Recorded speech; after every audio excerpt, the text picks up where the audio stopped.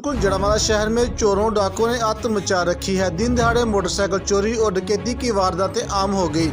रोज बरोज बढ़ती हुई वारदातों से शहरियों की जिंदगी जुबरान बन गई। लुटने वाले शहरियों का कोई पुरसानी हाल नहीं। नाश्ता वारदातों का सिलसिला थमने का नाम ही नहीं ले रहा। कभी मोटरसाइकिल चोरी तो कभी घर में घुसकर डकैती तो कभी दुकानों में सरेआम डकैती की वारदातें रोजाना का मामूल बन गई।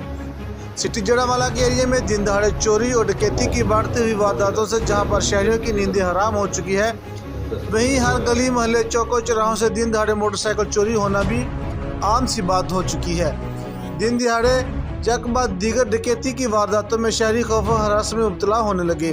शहरियों का कहना है कि जड़ामाला की पुलिस ने कबूतर की तरह अपनी आंखें बंद कर रखी हैं। शहरी ने वजीर आला पंजाब से फौरी तौर पर नोटिस लेने का मुतालबा किया है। कैमरामैन टीम के साथ आबिद हुसैन, जड़ामाला।